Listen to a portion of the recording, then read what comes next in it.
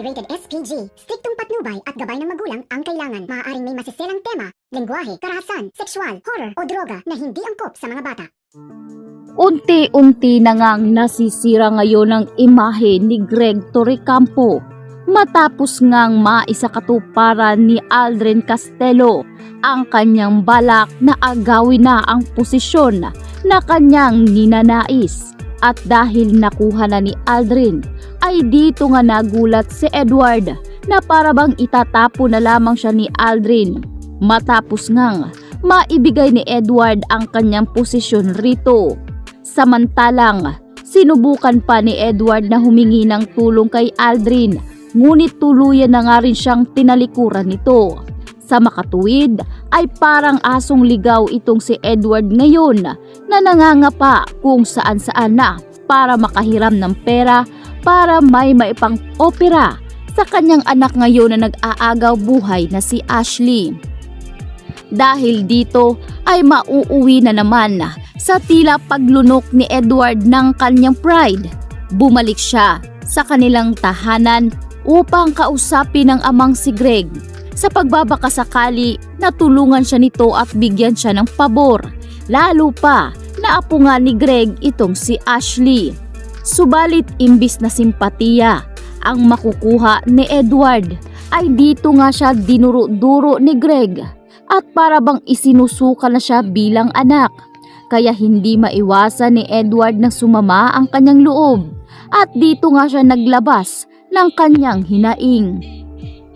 Sinabi ni Edward na bakit pagdating sa kanya ay parang wala ngang pakialam ang kanyang ama.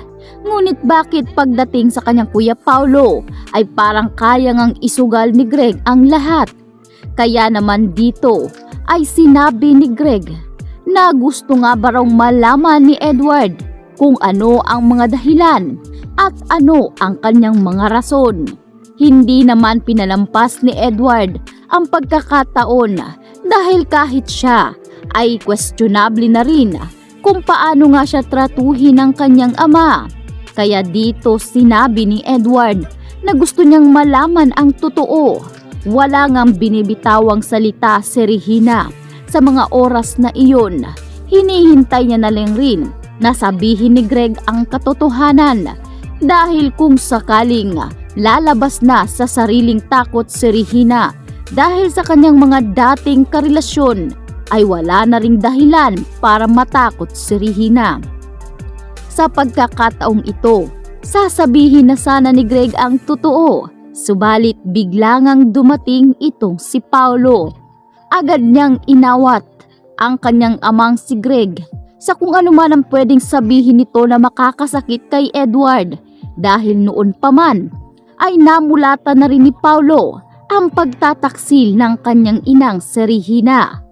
Subalit naiintindihan ni Paulo noon ang mga dahilan ng kanyang ina kung bakit hanggang ngayon ay tila isang napakamalagim na karanasan ang hindi nga kayang talikuran ni Regina dahil na rin sa kung ano nga tratuhin ng kanyang ama noon ang kanyang inang si Regina.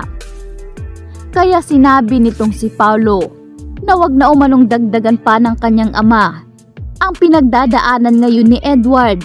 Naririto umano si Edward dahil kinakailangan nga nito ang tulong nila. Kaya itong si Paulo agad niyang kinausap si Edward.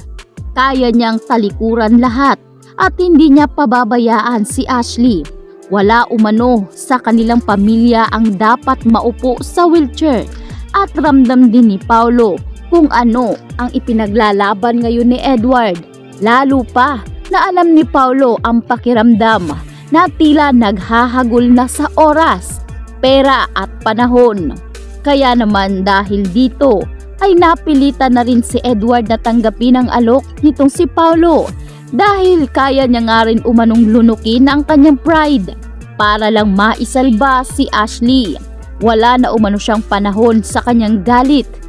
Kaya sa pagkakataong ito ay dito naman magkakaroon ng malaking auction sa kumpanya ng mga Torrecampo na siya naman ngayong ikinagulat nitong si Greg dahil sa pag-aakala ni Greg na hawak pa rin ni Edward at Paulo ang titulo, ngunit itong si Aldrin ay tila nagmamataas na dahil hawak na ni Aldrin ang posisyon ng dalawang anak nitong si Greg. Kaya dito muli na namang sumiklab ang gulo sa kumpanya at sinisisi na naman si